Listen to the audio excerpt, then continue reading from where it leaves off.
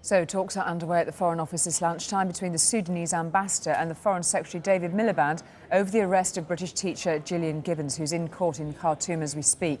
Well, joining us now from Manchester is Dr. Farid Ahmed from the Islamic Society of Britain. Dr. Ahmed, thank you very much indeed for joining us this afternoon. What should the Foreign Secretary be saying to the Sudanese ambassador? If you were able to steer that conversation, what would you say? I think the Foreign Secretary should be telling the ambassador quite forcefully, quite determinedly to let Gillian go, to let her come back home. The Islamic Society of Britain issued a press release yesterday and wrote to the ambassador as well, saying that there has been no insult to Islam, no insult to the Prophet. I think if the Prophet himself, if he were around, if he heard that these children had named a teddy in his honour, I think he would be thrilled, he would be happy, and his attitude would definitely not be what the Sudanese government are doing now. I would ask the Foreign Secretary to speak to Jack Straw to speak to the ambassador and say, please let Gillian go.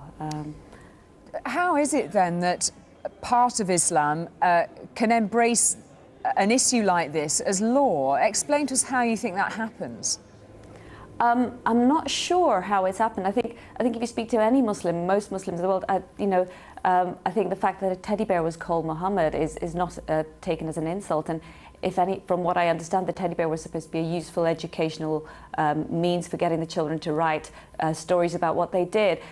So it was a great way to use it. There's lots of places, lots of children called Muhammad, and it's not seen as an insult at all. I think what's happening here, I think the Sudanese authorities are using this as some kind of political football. I think they're trying to achieve some other end with all this. And I think the whole issue, I think the ambassador himself said that it was a minute issue this morning. And I think he's right, it is a minute issue and it should be finished. I don't think it should be stretched to this extent. I expected her to be released and allowed to go free yesterday. And I can't believe that they've actually pressed charges that Nan is going to go to court.